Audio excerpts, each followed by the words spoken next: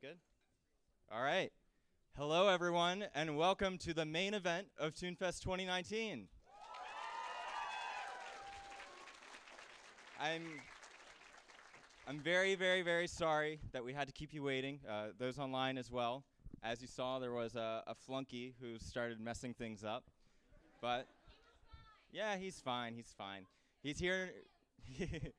We're all here now, that's what's important, and we are here for the 5th anniversary of ToonFest.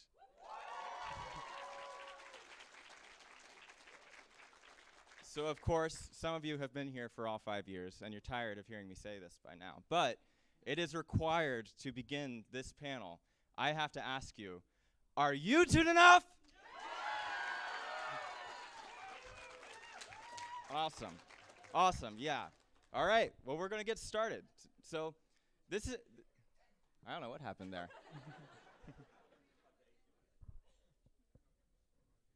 Let's see. Oh. And.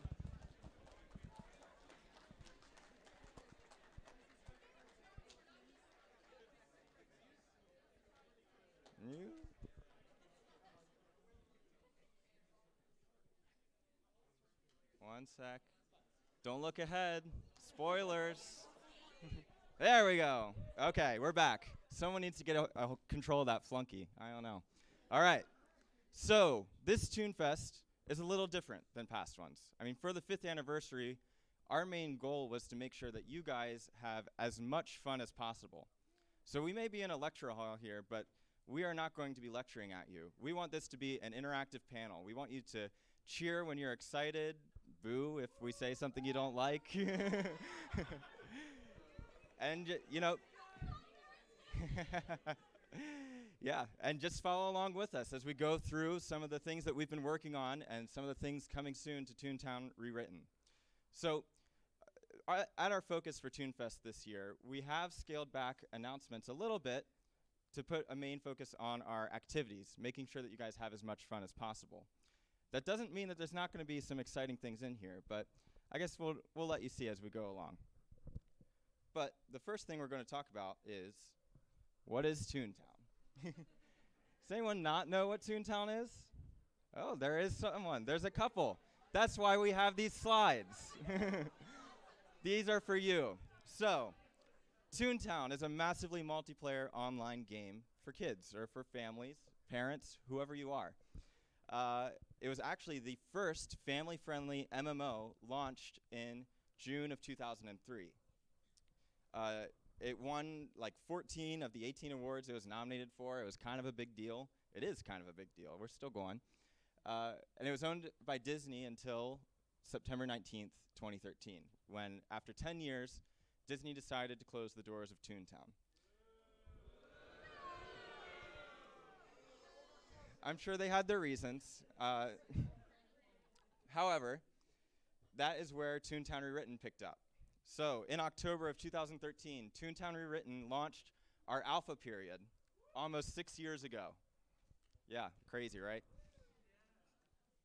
So since then, we've had an average of over 30,000 unique players every week playing the game. That means roughly 30,000 people log into Toontown every single week.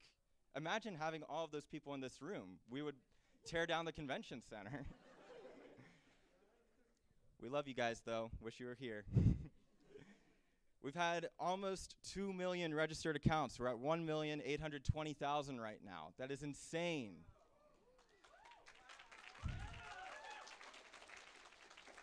And overall, we have 3,119,805 tunes created in Toontown Rewritten. Yeah.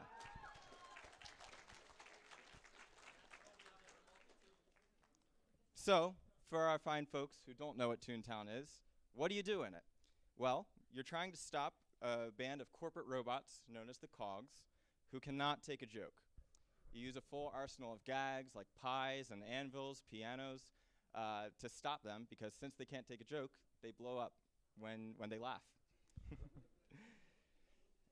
And the best part of all, since launching Toontown Rewritten for the past 6 years, Toontown has been 100% free. We have not collected a single penny of advertising, subscription money, or anything. It's just all from the pockets of our staff members.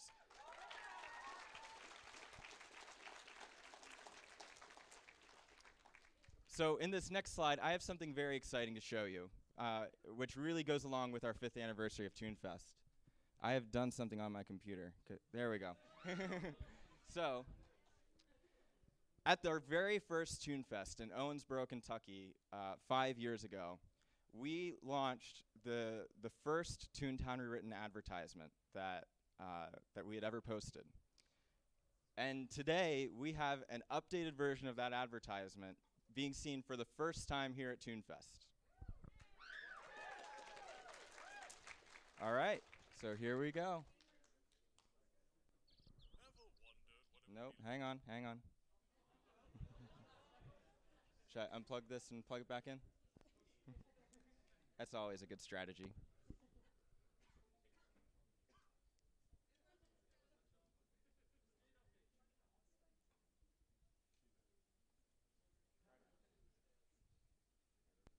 Ever wondered what it would be like to live life as a toon? Imagine creating your own animated character, exploring the ever-changing world of toons, causing classic cartoon mischief, and that's only the beginning. If you're wondering what it's truly like to live life in Toontown, well, here's your chance.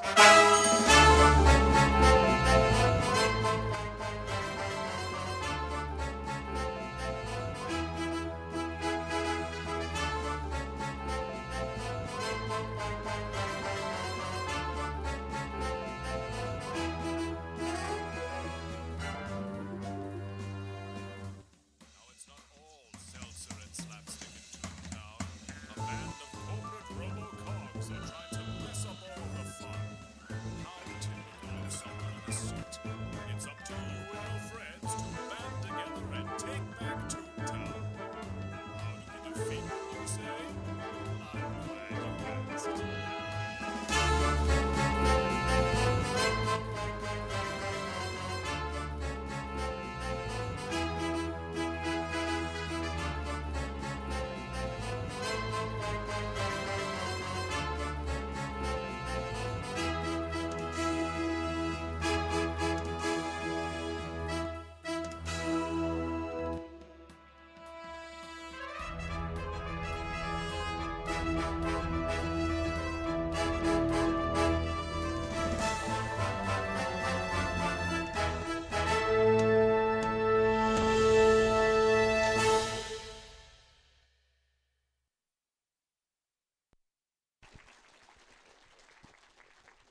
So I know the voice was hard to hear.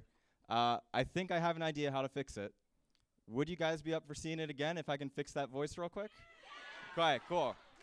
Give me just 1 second. You know, one thing we've learned after 5 years of doing ToonFest is that you cannot host a ToonFest or any live event without technical difficulties.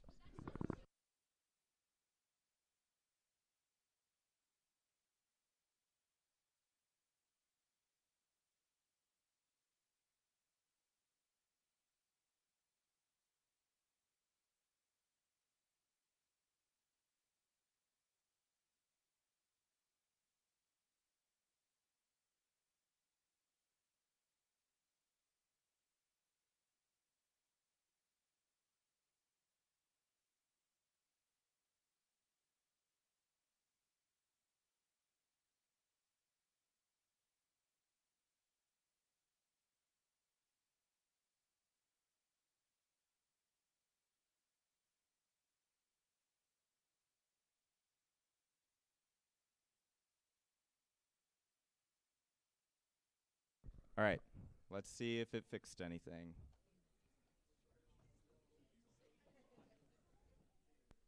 Ever wondered what it would be like to live life as a toon?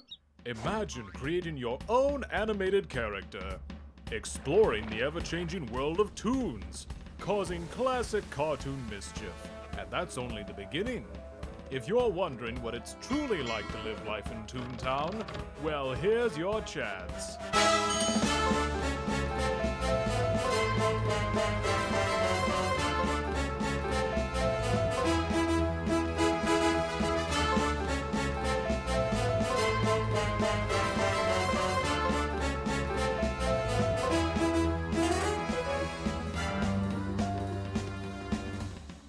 it's not all seltzer and slapstick in Toontown. A band of corporate robo-cogs are trying to mess up all of the fun. How typical of someone in a suit. It's up to you and your friends to band together and take back Toontown. How do we defeat them, you say?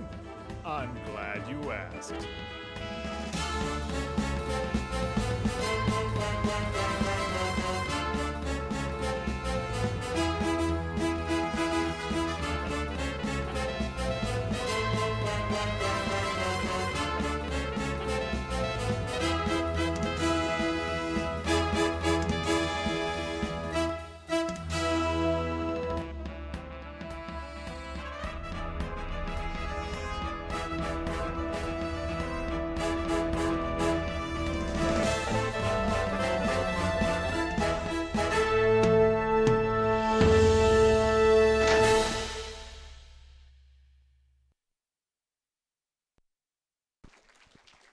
Thank you guys so much. We hope you like our new advertisement. This was made by Derek, who is Derek. There he is. Thank you, Derek. The music was by Wood, our composer. One of our composers. All right, so 5 years of ToonFest. Just look at that. We started all the way back at OMGCon 2015. How many people were at OMGCon 2015? Can you guys just stand up for a second? Let's give these guys a round of applause. That's crazy. Thank you all for just sticking with us for so long and really making ToonFest what it is. And so we've gone through all of these years of ToonFest. And over the years, hopefully you've seen that things get bigger and better. From the panels like we have here to the activities like the new backstage workshops. And a big thing is our merchandise. How many people like the merchandise that we've got this year? Yeah? All right. And another thing to note, with this being our 5th anniversary of ToonFest, you can see our logo this year looks different than some of the others, not just because it's been rebranded, but because this year we really wanted to pay homage to Toontown Online, of course, and remind us all of where we came from and why we're here today.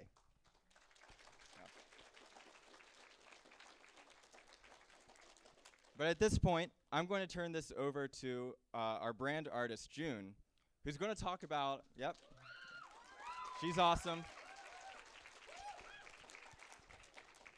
And June is going to talk about how our merchandise has changed over the years and maybe even reveal some new merchandise for this year. All right, so here is June. Hello, everyone. I hope you guys are all enjoying the merchandise. All of the brand artists have been working very hard on making it as incredible as you guys have seen it printed. So I wanted to thank all the brand artists who have helped me this year create some of the best merchandise I think I've seen. So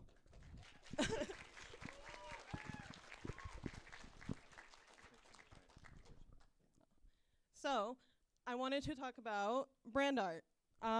So brand art is one of the positions that we have on the team. It's creating illustrations that is made for social media, website, convention, and other various places, but the biggest one we do is for ToonFest. You don't need experience with it, but we want you to have Photoshop at least with the experience. But I wanted to get to another very important thing I think I need to show you guys. Boom. This was the original banner that I made in 2017. It's bad.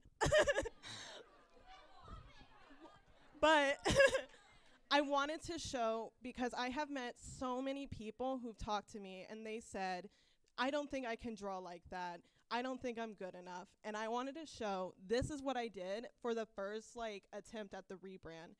We didn't know what we wanted to do, and here it is. I think you kind of can see some of the tunes that have made it in the end, and we have some of the red lines that we have gone through. So Roger Dog here, Gibby, He is our art director, and he actually helped me learn how to draw in the Toontown style. So he's the reason why the style looks the way it does. So we have red lines of all the original sketches, some backgrounds that I was doing in my college dorm. And I also wanted to show some of the drastic changes that we have done. A lot of our brand art stuff that we have seen like in the beginning like will not look like the way it does now. So we wanted to show like this kind of example. June, do you think you could tell everyone how long that banner took you to make? Well, it was supposed to take a week, he said. It took 3 months.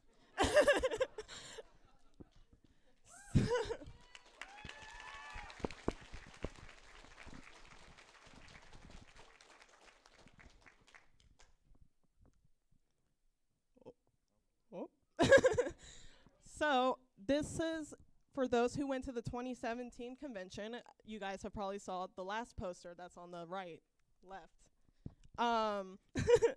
So I wanted to show like all of the changes that we have made. So we probably could have passed the first one that you see, but we were like, no, we want to get better.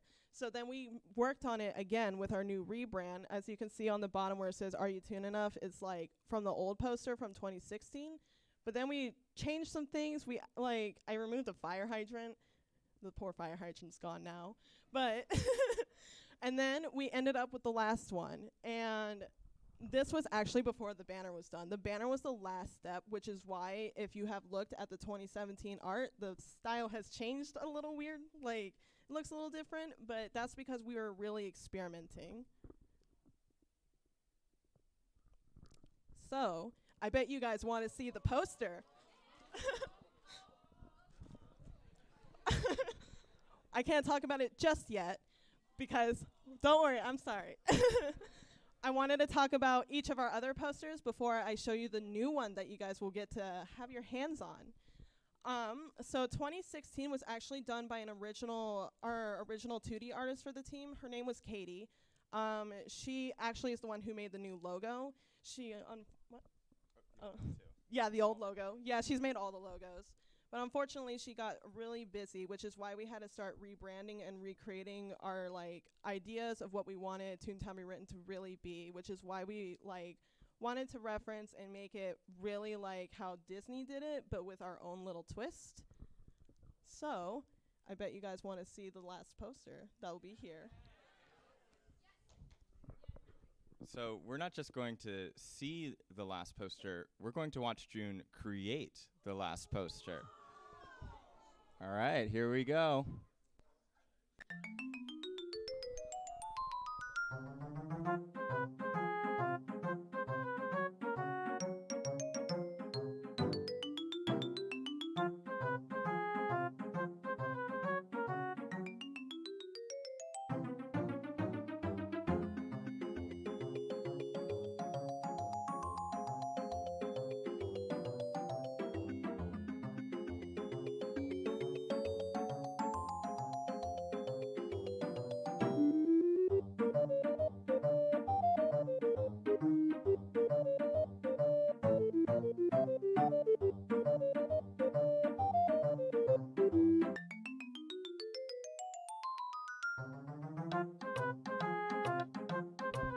I don't know if you guys can see it, but watch this date down here.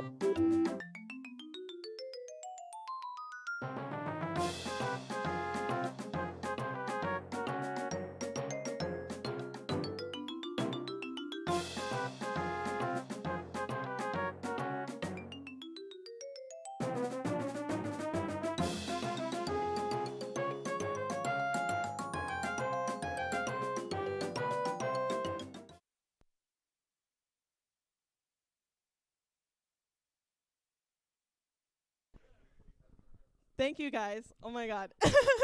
I think I lost count, but I think this took me 32 hours total in like the course of like 3 weeks because I was in college and I did this all in my dorm. And my favorite fun fact is I finished this 8 days before I graduated college. So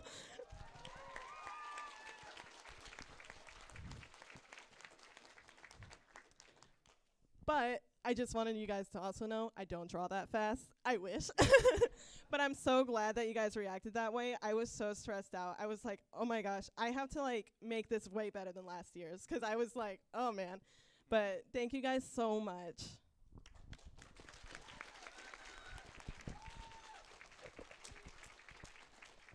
So to those of you who are new to ToonFest, in case you didn't know, once you leave this panel room, we'll be passing out these posters on the way out the door.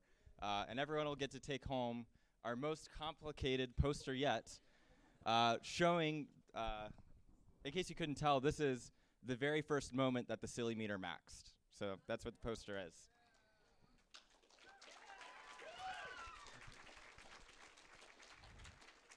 All right, so we're going to move on to our next section here, and I'm going to turn the mic over to one of our other artists, a technical artist this time, named Gibby. Many of you have probably met Gibby before. So, who played an event this year called Operation Crash Cashbot Headquarters? Yeah? I mean, did you guys like it, or was it Okay, well, Gibby's going to talk about some of the work that went behind making that event happen, and it was a lot of work. So, here's Gibby.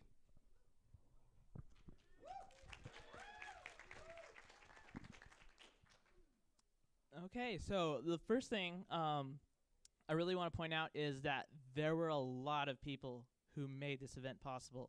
And I'm trying to remember all of them, but one of them is Mike, who made this logo, this great logo right here.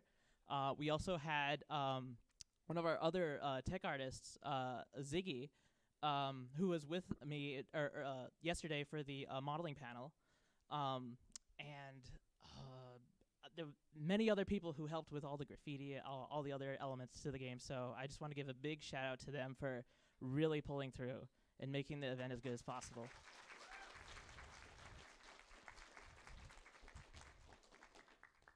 Okay, so and going back to this logo, it really, I just want to point out like the amount of work that just really went into it, like not just the elements in game, but we really thought about how are we going to present this to everyone. And one of the first steps was really figuring out how do we, well, present it. Well, like this logo, this being done by Mike, he looked at a lot of comics to really see like what kind of aesthetic really connects back to the sort of history of animation and the comic world. So we really looked at these, I'm forgetting what they're called, but the really like sound effect type of lettering. So you can see here like the top left was probably our earliest concept, where it was this very comic-like kind of crash with even a little word bubble on it. And then that sort of evolved until we finally were able to settle on something that we really felt just the intensity that crashing this huge train yard had. And speaking of the train yard, we really went through a lot of work with this. This initial version was done by one of our modelers, Nick. This was an early direction I had given him. We wanted to do just something where the trains are just kind of like placed, like they fell over, that they hit something and they crashed. But after working on it for a while, we didn't really think that it came up to what felt like a sort of Toon takeover sort of thing. So we did another pass at it, which ended up looking like this, with all sorts of wacky antics going around. We had the Toontanic crashed onto a train. We had all sorts of gags all over the place. One of the trains slipped on a banana peel, apparently. Yeah. Yeah, and a lot of the, really all of this work came from, again, from Ziggy, who was the one who really manned this entire environment. He's the one who helped set up all the models. He's the one who placed everything. And it really paid off with this very diverse environment with full of like all these silly, wacky gags. Yeah. And I just want to say, when we first started thinking about Operation Crash Cashbot headquarters, it was meant to be just a short little event, fill up some time while we worked on our next bit of content. And the original direction, like Roger said, was, or Gibby, sorry, Roger Dog, Gibby, was just a bunch of crashed trains, and that was kind of going to be it. And then I started seeing these screenshots appear of like, wait a second, that train has a Toontanic on it, and those two are like scrunched together. Like, what's happening? And it just slowly became more and more complicated. And I really just want to applaud the direction of Gibby and Ziggy for taking the initiative to go through and really make this event way better than it was originally imagined to be. So they deserve a huge round of applause for that.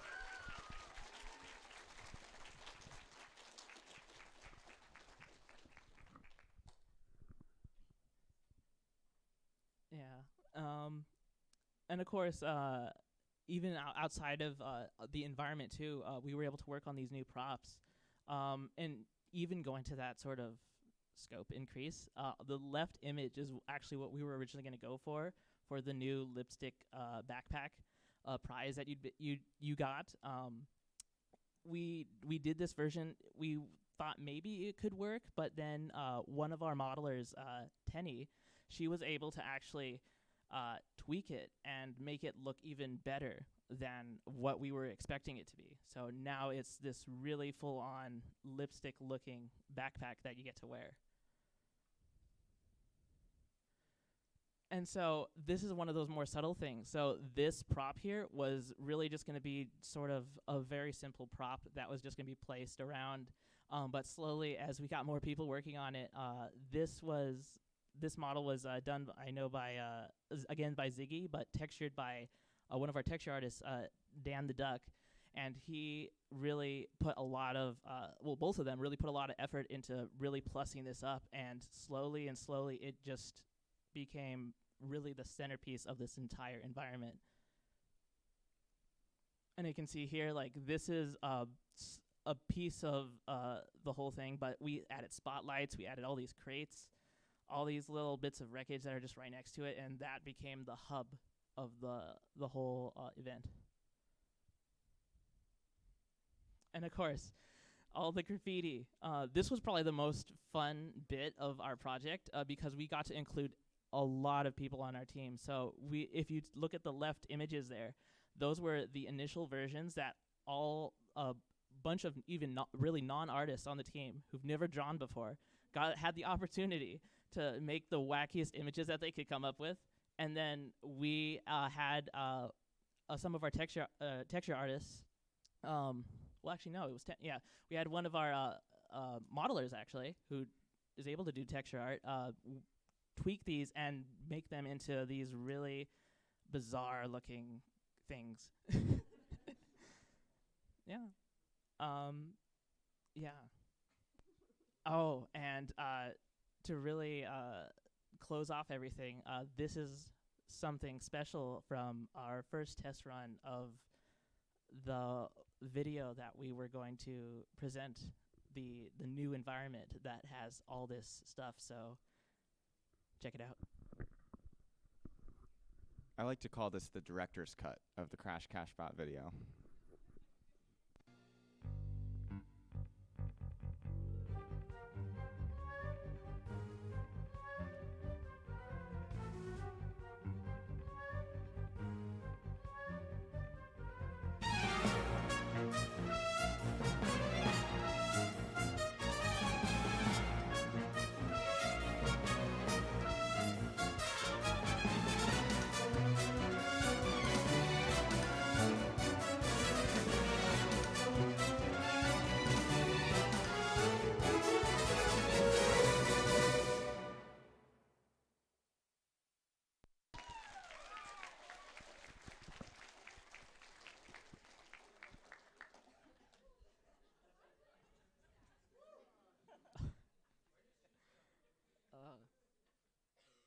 I don't know if I have words for that. That was beautiful when we got that back. I believe that was rendered out again by Tenny. We did this very complicated setup where we had to get all the models into a program called Blender, and she rendered it out in there, and it has all those errors, but it's beautiful because of those errors.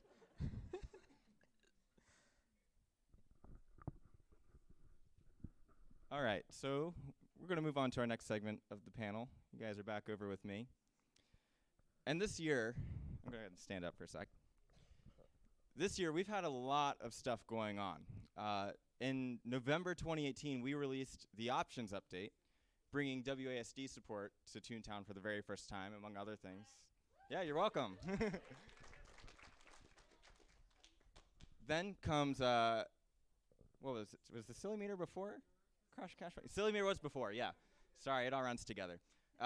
In March/April, we started cranking out the Silly Meter, which has maxed many, many times since that original release, a number I wish I'd pulled before this panel.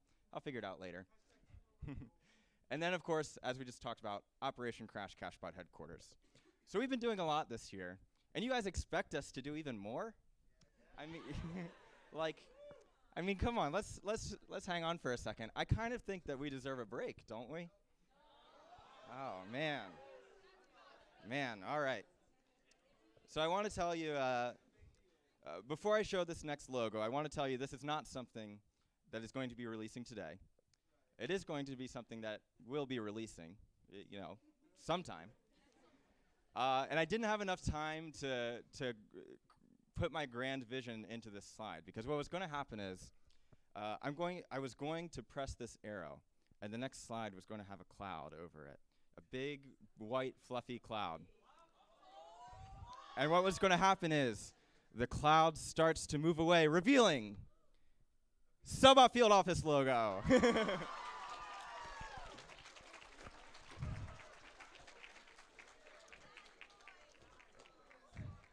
So let me answer the first big question. Yeah, we're still working on Selbot Field Offices. We are. And we have some very, very exciting things to talk about today relating to them. So I know that you guys have been waiting this whole time for Selbot Field Offices. I've been seeing it on your faces. Like, when are they going to stop talking about Crash Cashbot? You wanted to hear about this. So we split this section into two parts, because I knew if we saved it for the end, people are just going to be waiting the whole time to hear about field offices. So this is part one, where we're going to tell you some brand new information about what is coming in this big field office update that we've been preparing. So I'm going to preface this with the two things I'm about to talk about are still in development, and things change a lot in development. As you've seen with our merch and with Crash Cashbot Headquarters, things are always changing. We're always tweaking them. We're trying to make them the best they can be.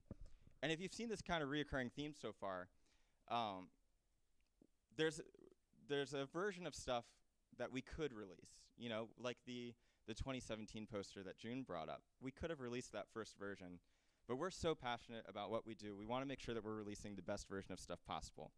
This is all to say, I'm about to tell you some very exciting stuff, but please do not hunt me down if it changes, all right? So, thank you. All right. So last year we talked all about the flow of field offices. They take over Toon headquarters, right? There's these two mini games inside. There's the Selbot maze game, or the Mover and Shaker maze game, and the Cold Caller ice skating game. What we didn't really talk much about is what happens when you complete a field office. What's your reward? I know we've mentioned before that laugh points are coming with field offices, and that we will be expanding the laugh limit past 137. I think that's worth cheering about again. That's kind of cool.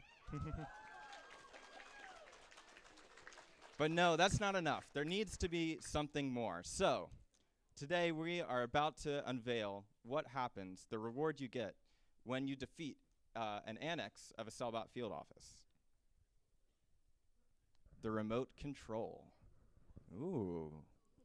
So the remote control you earn by completing an annex of a Selbot field office. An annex, for those who don't remember, is just one run-through of a Cellbot field office. Because remember, they don't work like normal cog buildings. When you go into a field office, you come back out, and you have to go in again if you want to keep taking it down, because multiple groups need to go in and take down each individual annex of the building before it will disappear. It's a big team effort. But when you defeat one of those annexes, you get this remote control. The remote control allows a Toon to take control of a cog by completing a quick skill-based micro game, is what we call it. So imagine sort of like how you use a fire in battle, a pink slip. You click on the button, you choose which cog you want to target it on, and right now in Toontown, the way things work, when you choose your gag, that's kind of it. You don't really have an impact on whether or not that gag is going to hit, because it's just random chance.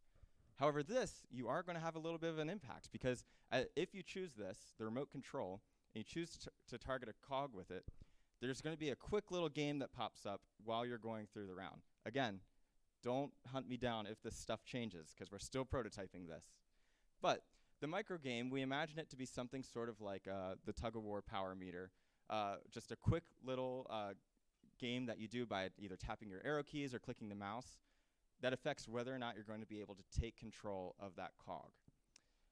So each round, you have to recomplete that micro game, and it gets progressively more difficult because your Toon is hacking into this cog essentially and controlling it. But the cog is going to fight back. Of course, they have their safety mechanisms and whatnot.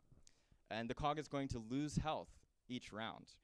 Now, I don't know if you guys have picked up on this yet, but this is really interesting because there is now a reason to keep cogs alive in battle. I mean, think about that. Yeah. I mean, like, you don't want to use a foghorn on this thing because that's going to wipe out all of your cogs and get rid of the one that you've remote controlled. So what happens when you remote control a cog? Why do you want to keep this cog alive? Well, there are a couple different variations we've talked about for the remote control. Like making a cog tell jokes to heal Toons. Or making the cog damage other cogs somehow by sending some sort of radio frequency. Making it confuse other cogs so that they miss attacks. Or any of your own ideas that we want to hear this weekend at ToonFest. Yeah.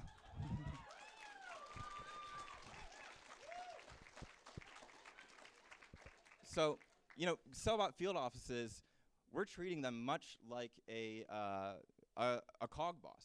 That's what they are. They're different than the cog bosses you're used to, the ones that are in each Toon headquarters, because this is more of a portable cog headquarters. But just like you earn a reward at the end of each boss battle, the remote control is at least the reward that we've talked about using for Cellbot field offices. We're still working on prototypes. We're still testing it out to see if it's fun to play. But we think that we really like this idea that we've settled on so far. And we want to hear your input on what you think of it as we continue development. So there's some more about field offices to talk about. Remember, I said I have two things that we're unveiling during this first part. So the first one was the remote control. And that's kind of your short-term reward for field offices, right? That's when you go into a field office, you defeat an annex, and you get that reward on your way out. But what's your long-term reward? How do you earn those laugh points that we talked about? What is your sort of cog suit in field offices? So this is a rough idea we've got for field office Toon tasks. So after completing your boss spot disguise, you receive a brand new Toon task from Toon headquarters. The Toon Resistance has noticed your cog busting ability, and they want to talk to you. They've got some sort of mission. By completing this Toon task, you unlock a Toon Resistance rank in the Cellbot division. You can level up this rank by defeating Cellbot field offices, among other things. And once you reach a certain rank, you get access to the Toon Resistance hideout. Now, remember, don't hunt me down. As you can see, we've been going through these backstage workshops. You guys remember what things looked like when they were concepted yesterday, what that toaster looked like, and then how it came out when it was modeled. It was a little bit different. These are some rough early sketches that we've pitched around just to kind of get the feel of what this hideout may look like. So the Toon Resistance has created a secret hideout to help keep watch on the cell bots. And with a high enough resistance rank, you can enter this hideout. It'll be pretty much a single room with a bunch of resistance rangers in there who may even offer Toon tasks of their own to help you continue getting those laugh points. But where is this hideout?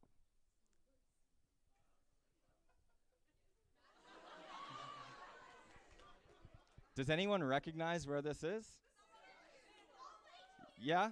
Have you ever seen that weird manhole in Cellbot headquarters? Well, it turns out the Toon Resistance is moving in. So, if this is the idea we continue to pursue, as we continue to work on field offices, you'll be able to build up your resistance rank, jump into the sewers, and then continue to build up that resistance rank, earning more laugh points along the way. This is essentially a little unique twist on the cog disguise mechanic that you have for the other boss battles. And hopefully, what we're really trying to do with this is we know that you guys don't want to grind to a level 50 suit again. We're trying to change things up. We want to make it really fun and something different. These are just some other very, very early concepts showing off what this thing may end up looking like. But we're going to have to talk more about that later on in development. With all that said, though, I'm about to pass the microphone over to, oh, actually, it's not the person I was about to pass it to. It is Jacob, who's going to talk about another thing we worked on earlier this year before we move on with the panel and get to the other field office stuff. Do you have a microphone down there? No. Oh, there it is.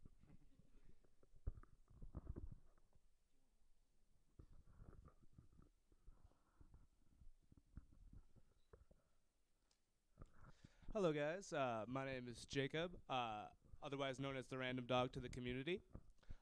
Today I'm going to be talking about some stuff that we've been working on as a programming department, which is the department I'm in. You know, we love Crash Cashbot, Silly Meter, and the field offices, which are coming up. But you know, every once in a while we kind of need a break, and this is what we do in our break, more Toontown stuff.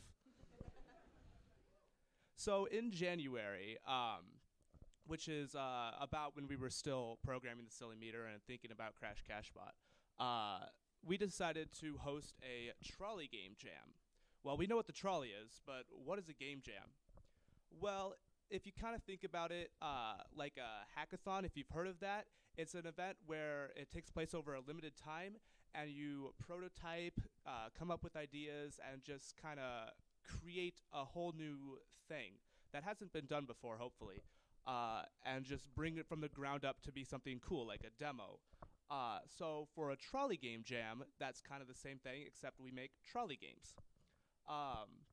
Usually hackathons will be over 24 hours, but you know, development is hard. Especially when you're like not having help from the art team and you have to do stuff yourself in terms of art assets. So we just gave ourselves a month. You know what? We'll extend 24 hours to a month. That should be long enough. So we're going to show you a few trolley games that we've been working on, and I'm going to divide this into 2 rounds, and I'll explain what those are later. But let's get to round 1 real quick. So there's little GIFs. We were going to put together some videos, but Joey didn't have a video. But I'm sure you'll be seeing these pretty soon. But anyways, let me get to it real quick. The Spotlight Search. That was developed by Joey here. In this game, you take control of one or the other group. Your first group is just going to have one toon. He has control of a spotlight. What he's doing is he's going around and searching for the other players in a dark maze, and only he has the light. These other toons, they're going to have to hide, run, or even try and trick the other toon into going to find a different toon other than them. Anything to get them not caught by the spotlight. It's a lot of fun. We've actually played it on our development server, and it's getting pretty polished. If you look there, there's a GUI, little animations, and it's pretty cool. The other game on the right there is Doodle Roundup. That was developed by myself, and it was kind of inspired by a Mario Party game.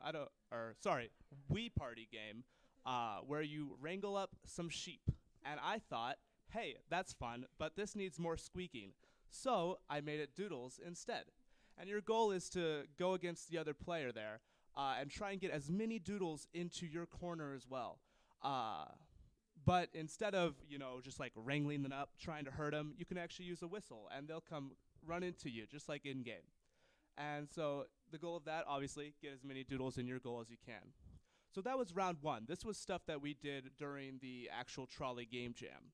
But that's not all the new Trolley games that have been in development, so let's move on to round 2. The watering game. This one is still a prototype. Both of these are still prototypes. The watering game is being developed by Capon. I think I pronounced that right. But your goal is kind of like a turf war type game. There are flower pots all over the ground, and your goal is to water them as much as you can to gain control of them and bring them to your Toon color. And the more you have, the more turf you control on that area, and whoever's got the most flowers watered with their watering can wins at the end of the game. Or that's how it is so far in a prototype. It might turn out a little different at the end, but it's pretty fun to play in terms of a turf war Splatoon-like game, which is a game I like a lot. Anyways, that was also done during the Trolley Game Jam, but it wasn't finished at that time, so it's just kind of in the round 2 here. The second game is actually being done right now by one of our code trialees. So they are currently just proving their worth to us right now, developing all these mini games to put into the game by our whip.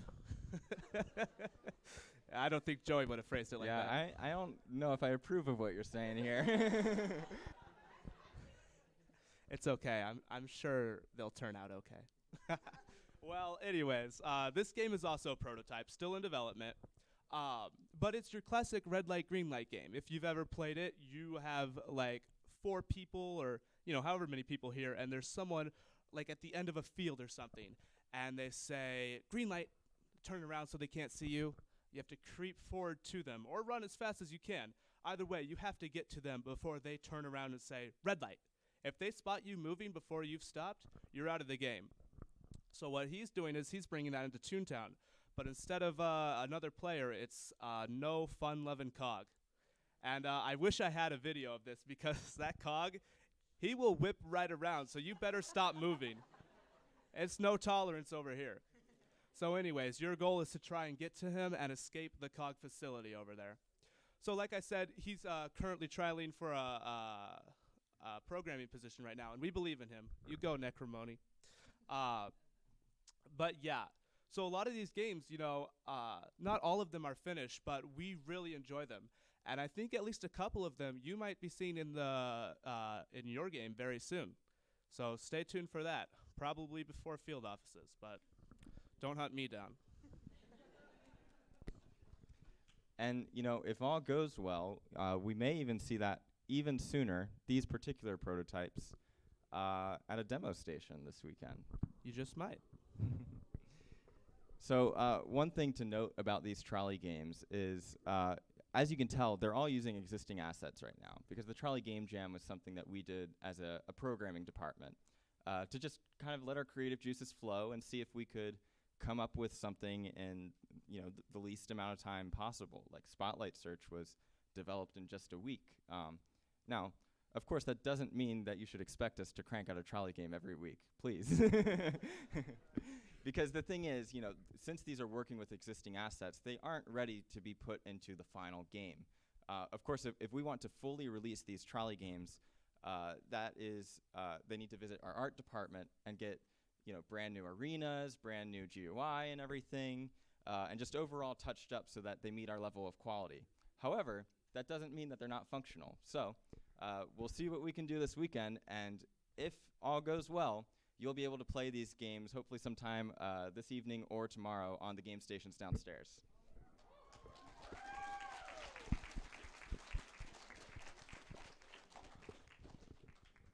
Tomorrow. Jeremy says tomorrow. All right. So, we've been talking a lot about what's currently in development, and we realized that, it's been a while since you last heard from us on field offices and everything. Some would even say the last ToonFest if you haven't watched some of our other live streams. So I'm going to turn it over to Quentin, who's going to talk about an idea that we have about how to increase our communication and tell you more about stuff throughout the year. Hello. Okay, so yes, so it has been a while since we gave you guys an update on field offices and the rest of the things. I think it has been since last ToonFest. So what we want to introduce is name pending developer live streams. And basically the current situation, as we just said, is we have one single major development update per year, which is of course this panel, pretty much. The ideal situation we want to see is we want hopefully 4 quarterly development updates per year. So this would be a combination of new and old behind the scenes information, ranging from the silly meter to field offices to Crash Cashbot. I know we've done those kind of things, but we might revisit them if we've got anything else, and especially as we move forward with field office development. You guys saw a lot of concept art over there, so as that progresses we can show you how that's going through the development process. But also this is going to be an opportunity. This is going to be an opportunity for us to kind of casually hang out with you guys as well. So the way in which they will work is we will have a host, and then we will have people from several departments. So if you could actually flick over for me, thank you. So yeah, so we're going to have representatives from their various departments. So like June, for example, could come and talk about field offices and the work she's been doing, that kind of thing. And as it says there, including behind the scenes content. So as I said, developing on concept art, models, as the development process is long, as we talked about. So there's lots to do, and we'd love to show you that because we want to be as transparent as possible. And we hear that, sometimes we get the idea, you guys have the idea that we're not necessarily doing anything, and I promise you we are. It's just development is long, it's hard, and most of us have got like college or jobs or something, so we do Toontown when we can, but we promise you we are working on everything as best as we can. And as Joey said earlier, we want to do it to kind of a Disney standard. We could push these things out. This is a reoccurring theme. We could push things out unrefined, unfinished, but we don't want to do that because we want you guys to enjoy it as much as possible. And the final thing to mention is that these are not going to be replacing the outlets for releasing new information and kind of official updates. So you will still see big announcements, that kind of thing on the blog post, on social media, our videos as well. We got a bunch of video editors, so we should be seeing lots of new videos relating to this kind of thing. But this is more like a behind the scenes. So think of these workshops that you're seeing this weekend, that kind of thing, but on a live stream. So we hope to have the first one out this fall. We're planning on doing the first one this fall, and we really hope that you guys can kind of come out and chat with us and see what we've been working on. There's a lot of people who aren't on this panel today who do incredible amounts of work, and we want to show you guys what they've been working on as well, not just what the few of us have been working on. So yeah, hope to see you there.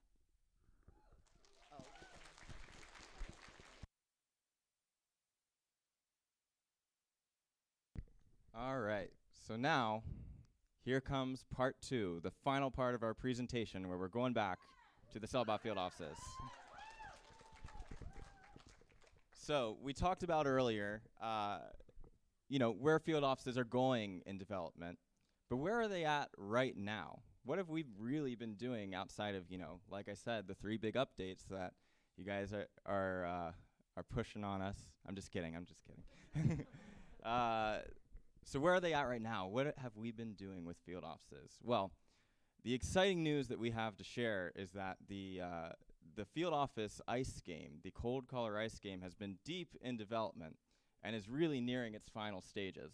And so we are going to show you, I'm going to hand it over to Gibby to talk about some of the brand new art that we've created for it, and then afterwards I'll talk about where we're at with the current state of the game.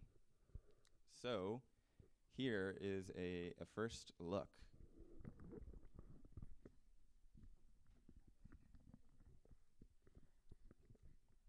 Yes.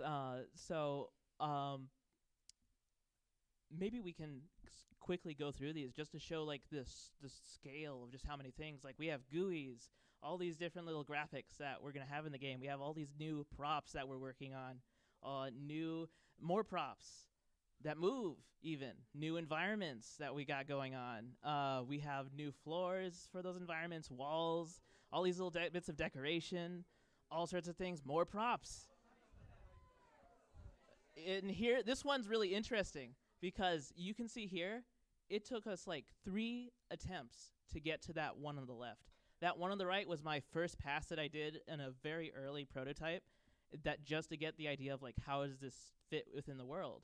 And then that was remade again. I believe Tenny is the one who modeled that second one, and then I did a little color over. And then the third one was, again, redone a bit and textured by one of our texture artists, Dan the Duck. Yeah. And here's even more props, all these different little things that are going to be in the environment. Even more. We got books, lots of books.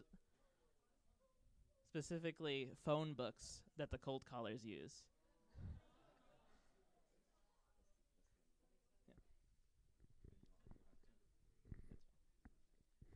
Yeah. And yeah, really, just to, I just want to say, like, there's so much work. There's so many people who really work on all these different art pieces that we do, and like this. It's easy to think about like they're in really a new game project that there's just this new environment and a few new props, but we have all sorts of different things. We have all these little new graphics that need to be put in, all these new props, so many new props. We have so many props that aren't even on here, and just all that just comes together and goes through so many revisions. So we're really hoping to wrap this up as soon as we can. We don't know when that is, but we are making progress, so that is the important thing.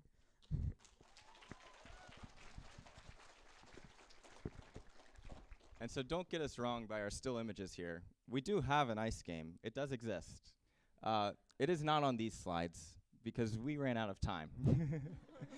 However, it does exist, and we're going to make sure that we at least show you what it looks like right now before the end of the weekend. We'll pull it up on one of our development computers at the booth, and you'll be able to see live just the current prototype sort of stuff that we've got going on in the ice game. Toons can skate around. We really worked hard on the controls of what it feels like to skate through an environment. Right now, the biggest thing our programmers are finishing up is getting those cold callers to navigate through the area and turn thermostats up and down. And I want to find that slide where you got to see just a taste of what it was looking like. Because this isn't even the final version, I don't think. No, we have an even more final version that looks way better than this one on the left. So, yeah, there's a lot more to come. We're going to be showing it to you at our booth throughout the weekend. And let me think what else we got here.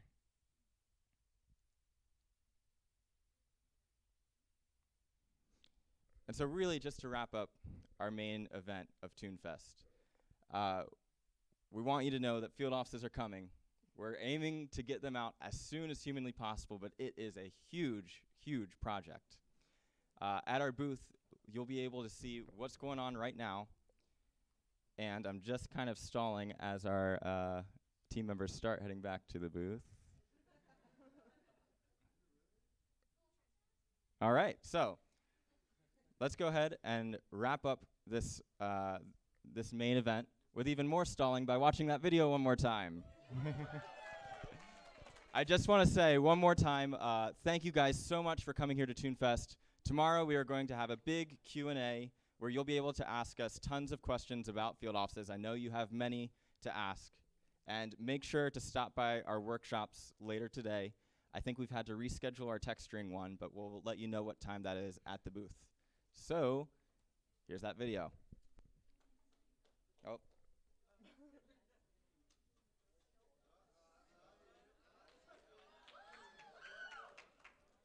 There it is. Ever wondered what it would be like to live life as a toon? Imagine creating your own animated character. exploring Hey guys, the don't leave. ever-changing world There's of something else toons, after this. causing classic cartoon mischief. And that's only the beginning. If you're wondering what it's truly like to live life in Toontown, well, here's your chance.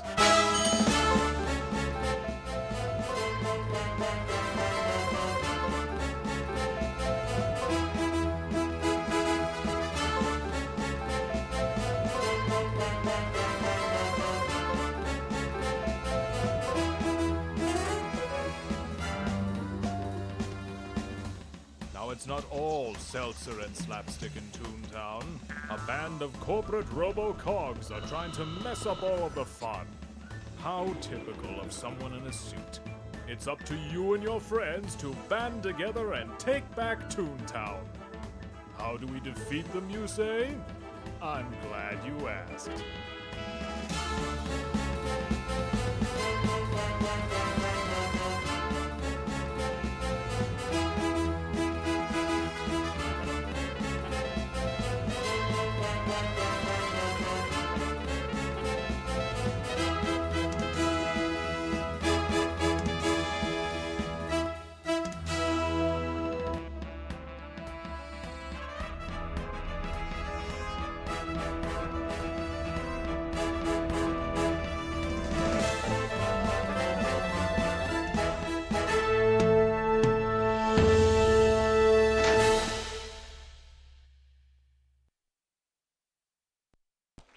All right, sorry. I knew there was something I was missing. I think they're trying to smoke us out of this room because it's getting hot in here.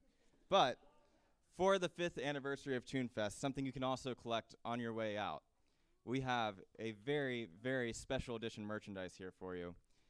A brand new trading card for Dr. Fishington. Now, I know some of you are like, oh, a trading card? But take a look at this. If you move the trading card back and forth, yep, it'll switch between the two Fishingtons. So you'll be able to pick these up on your way out the door along with the poster. Thank you guys so much. We'll see you back at the booth.